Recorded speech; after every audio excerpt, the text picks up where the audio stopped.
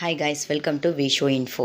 இன்றைக்கி வெஜிடபிள் சென்னா மசாலா எப்படி பண்ணுறதுன்னு பார்க்கலாங்க. வீடியோக்குள்ளே போகிறதுக்கு முன்னாடி நீங்கள் இன்னும் நம்ம சேனலை சப்ஸ்கிரைப் பண்ணுறேன்னா சப்ஸ்கிரைப் பண்ணுங்கள். அப்படியே பக்கத்தில் இருக்கிற பெல் ஐக்கானை கிளிக் பண்ணுங்கள். அப்போ தான் நான் போஸ்ட் பண்ணுற வீடியோ எல்லாத்தையும் நீங்கள் உடனே பார்க்கலாம். வீடியோக்குள்ளே போகலாங்க. பாருங்கள், வெஜிடபிள் சென்னா மசாலா செய்கிறதுக்கு சென்னாவை ஒரு 8 ஹவர்ஸ் ஊற போட்டு நைட்டே ஊற போட்டாலும் சரி. இப்போ காலையில் வேணும்னா நீங்கள் நைட்டு ஊற போடுங்க, நைட்டுக்கு வேணும்னா காலையில் ஊற போடுங்க. ஆக மொத்தம் 8 மணி நேரம் ஊற வச்சுருங்க.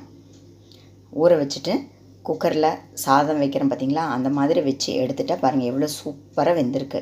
முடிஞ்ச வரைக்கும் நீங்கள் 8 மணி நேரம் நல்லா ஊற வச்சு வேக வச்சு அப்புறம் சமைங்க. அதுதான் உடம்புக்கு தேவையான சத்துக்கள் இதிலிருந்து கிடைக்கும். என்ன தான் எமர்ஜென்சின்னு சொல்லிட்டு நம்ம ஹாட் பாக்ஸில் போட்டு சுடுதண்ணி ஊற்றி ஒரு 2 மணி நேரத்தில் ரெடி பண்ணால் கூட அதில் அந்த மாதிரி வேக வச்சு சாப்பிட்றதுல அவ்வளோ சத்துக்கள் இல்லைங்க. அந்த மாதிரி செய்யவே கூடாதுன்னு சொல்ல வரல. ரொம்ப எமர்ஜென்சினா மட்டும் அந்த மாதிரி செய்யுங்க. இல்லாட்டி இந்த மெத்தட் தான் ப்ராப்பர் மெத்தடு. அப்போ தான் இதில் இருக்கிற சத்துக்கள்லாம் நமக்கு முழுமையாக கிடைக்குங்க. கேரட் 1/4 கப்பு, பீன்ஸ் 1/4 கப்பு, உருளைக்கிழங்கு 1/4 கப்பு வேக வச்சு எடுத்து வச்சுருக்கேங்க. உருளைக்கிழங்கு வேக வைக்கும்போது இதையும் வேக வச்சுட்டேன். சென்னாவில் மட்டும் நான் தண்ணி ஊற்றி வேக வச்சேங்க. இதை கழுவிட்டு வச்சா மட்டும் போதுங்க. சென்னா மசாலா செய்ய போகிறேன்னு சொன்னேன் பார்த்தீங்களா, அதுக்கு வெங்காயம், தக்காளி நீங்கள் அரைச்சி போட்டாலும் சரி, கட் பண்ணி வதக்கி போட்டாலும் சரி. இப்போ நான் வதக்கி தான் போட போகிறேன், அதனால் கட் பண்ணி வச்சுருக்கேங்க.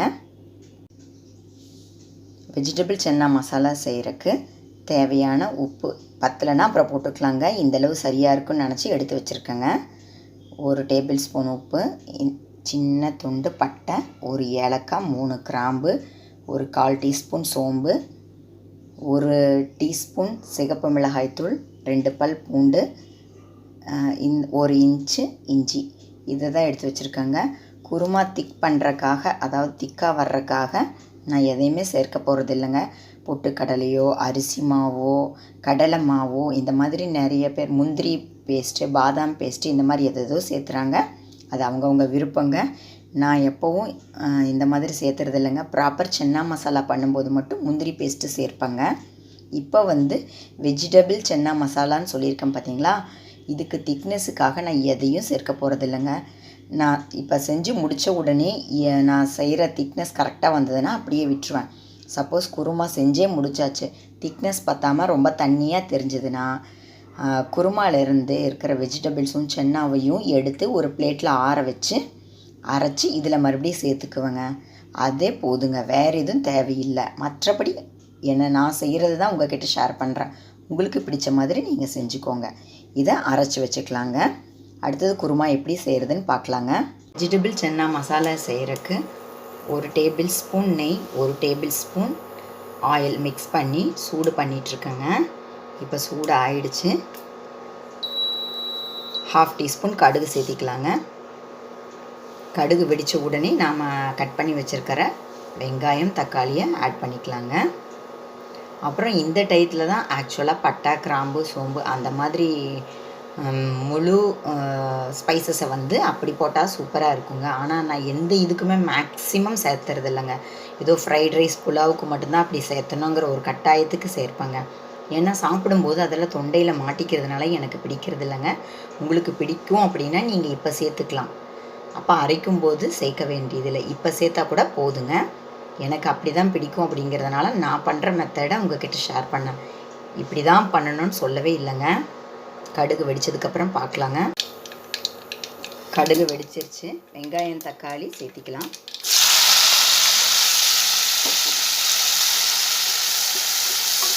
இதை ஒரு 2 நிமிஷம் வதங்கினதுக்கப்புறம் பார்க்கலாங்க.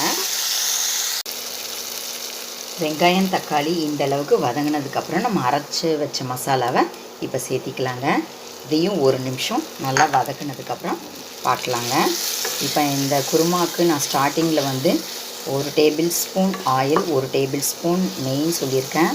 நீங்கள் ஆயில் மட்டும் கூட போடலாங்க. எனக்கு 2ம் போட்டால் பிடிக்கும் அப்படிங்கிறதுனால நான் அப்படி போட்டிருக்கேங்க.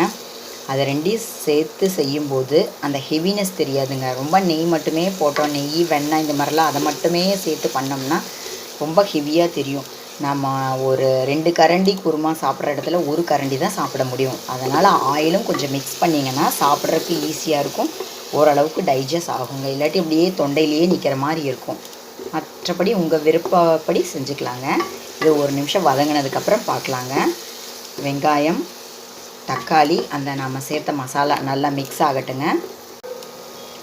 நாம் சேர்த்த வெங்காயம், தக்காளி, அப்புறம் அரைச்சி வச்ச மசாலா இதெல்லாம் பாருங்கள் இந்த மாதிரி தொக்கு மாதிரி ரெடி ஆகிடுச்சுங்க. இந்த மாதிரி ரெடி பண்ணதுக்கப்புறம் நீங்கள் வெஜிடபிள்ஸு சென்னாவெல்லாம் சேர்த்திங்கன்னா குருமா அப்படியே பைண்ட் ஆன மாதிரி சூப்பராக இருக்குங்க. கம்மியாக வதக்குனீங்கன்னா நல்லா இருக்காதுன்னு சொல்ல வரல, இது இன்னும் செம்ம டேஸ்ட்டாக இருக்குங்க. அதனால் இந்த மாதிரி வதக்குனதுக்கப்புறம் இப்போ காய்கறி சேர்த்துக்கலாங்க. கேரட்டு, பீன்ஸு, பொட்டேட்டோ, அப்புறம் பீஸு சொன்னனா இல்லையான்னு எனக்கு ஞாபகம் இல்லைங்க. பீஸ் வந்து ஃப்ரெஷ் பீஸ் சேர்த்திருக்கேன். அதனால் நான் முன்னாடி நாளே ஊற வைக்கணும் அப்படிங்கிற அவசியம் இல்லைங்க. அப்படியே கேரட்டு, பீன்ஸ் எல்லாம் நம்ம கட் பண்ணிவிட்டு கழுவி வைக்கிற மாதிரி ஃப்ரெஷ் பீஸ் அப்படிங்கிறதுனால அப்படியே சேர்த்துக்கலாங்க. இதை ஒரு நிமிஷம் கிளறிக்கலாங்க. வெஜிடபிள்ஸ் போட்டு ஒரு நிமிஷம் வதக்கியாச்சுங்க. இப்போ நம்ம வேக வச்ச சென்னாவை சேர்த்துக்கலாங்க. தண்ணியோடையே சேர்த்துக்கலாம். தண்ணி பத்தலைனாலும் ஊற்றிக்கலாங்க.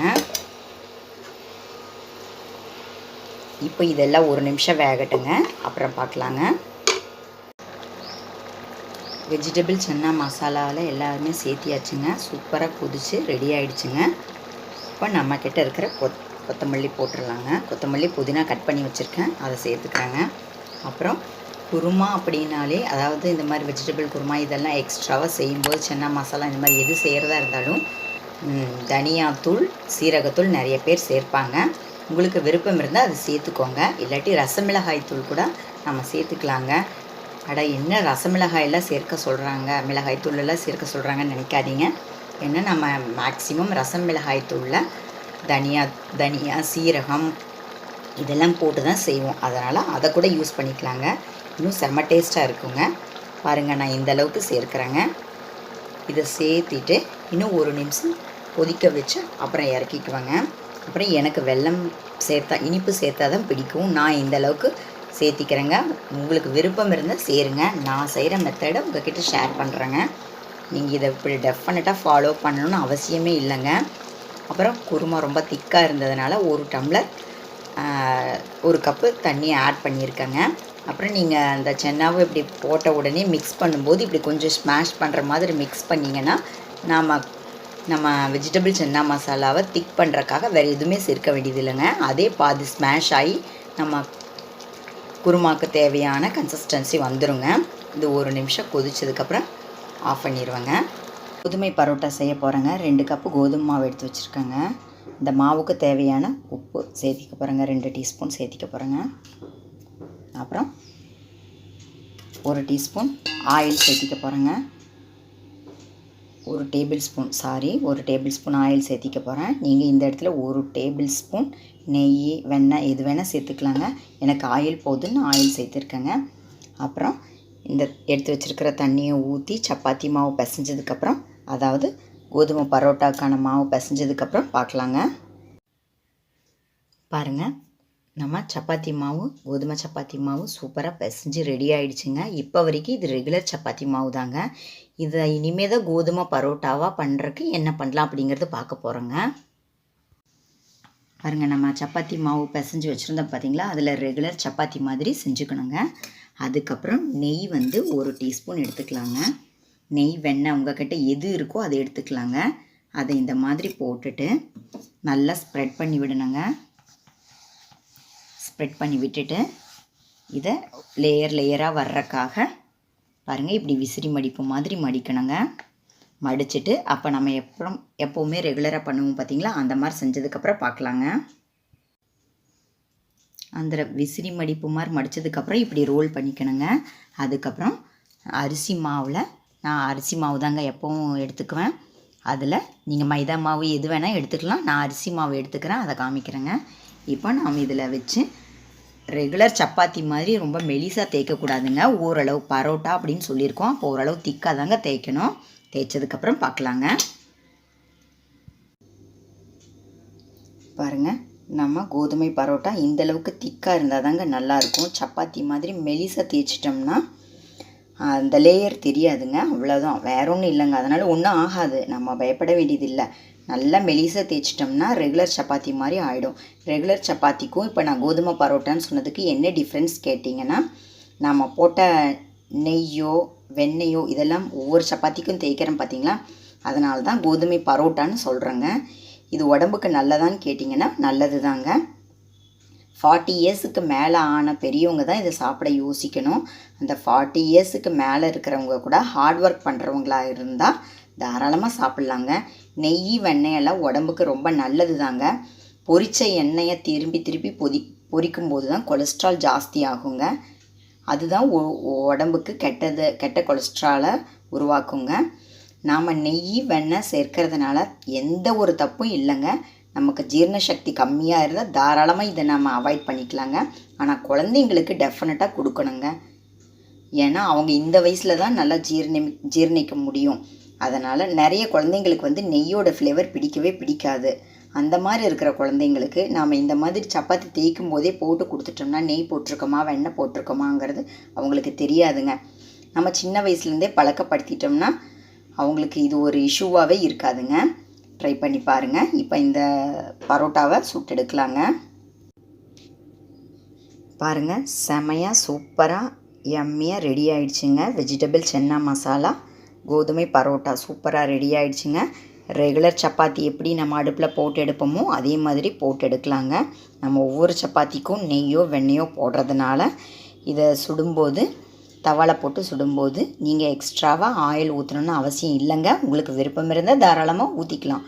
பார்த்திங்களா, இந்த மாதிரி திக்காக பண்ணால் தான் ஒரு லேயர் ஃபார்ம் ஆகிற மாதிரி தெரியுது. பார்த்திங்களா, இந்த லேயரெல்லாம் தனித்தனியாக தெரியும். நம்ம ரொம்ப மெலிசாக தேய்ச்சிட்டோம்னா அந்த மாதிரி லேயர் தெரியாதுங்க. அவ்வளோதாங்க. நம்ம குழந்தைங்க ரொம்ப லீனாக இருந்தால் இப்போ நம்ம சூடான இந்த பரோட்டா மேலே ஒரு சின்ன பீஸ் வெண்ணெய் கூட மேலே வச்சு கொடுக்கலாங்க.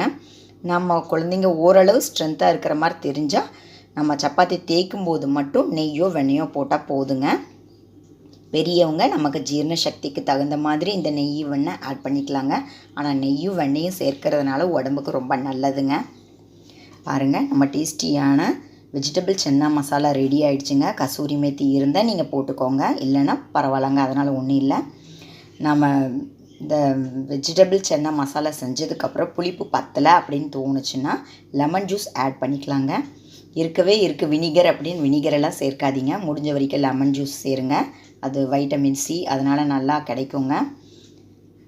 அப்புறம் இந்த வெஜிடபிள் இருக்கிற சத்தில் நமக்கு வைட்டமின் சி சேர்க்கறதுனால நல்லா அப்சர்வ் பண்ணுங்க. அப்புறம் விருப்பம் இருந்தால் உங்களுக்கு இந்த மாதிரி ஆனியன் லெமன் ஆனியன் ரைத்தா அப்புறம் சாஸ் இதெல்லாம் வச்சு சாப்பிட்லாங்க. ட்ரை பண்ணி பாருங்கள். என்னங்க, இந்த வீடியோ உங்களுக்கு பிடிச்சிருந்தா லைக் பண்ணுங்கள், ஷேர் பண்ணுங்கள், கமெண்ட் பண்ணுங்கள், ஞாபகமாக சப்ஸ்கிரைப் பண்ணுங்கள். ஓகே, பாய்.